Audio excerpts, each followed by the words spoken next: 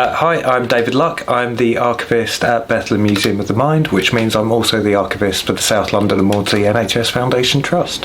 What we're doing is we're looking at different items and what they can tell us about the history of the Maudsley to celebrate the Maudsley's 100th anniversary. The history of the Maudsley actually begins before 1923, and it begins with Henry Maudsley negotiating with the London County Council through an intermediary, a man called Frederick Mott, to give the London County Council some money.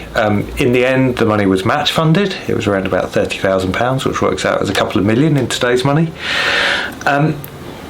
In order for the LCC to build and run a new sort of hospital, and this hospital, the idea was that it would treat people in an acute and speedy manner for their mental health issues. It wouldn't be part of the old county asylum network where people would often end up in a long stay residential facility for years at a time.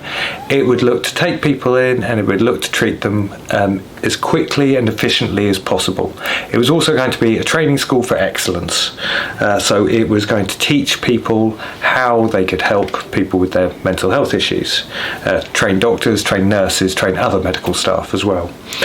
It didn't quite work out like that. The LCC began building in 1913 and the hospital was ready to open in 1915.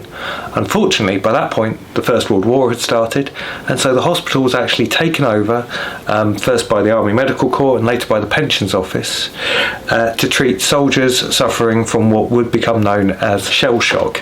So what this photo album shows us is a series of still images from the time when the hospital was treating soldiers. Now, sometimes these plans and wards are not what was going to be planned to happen in the civilian Maudsley, but they give us a really evocative snapshot of that time before the Maudsley Hospital opened to the public, and it gives us a real sense of how the soldiers were treated while they were inside the hospital.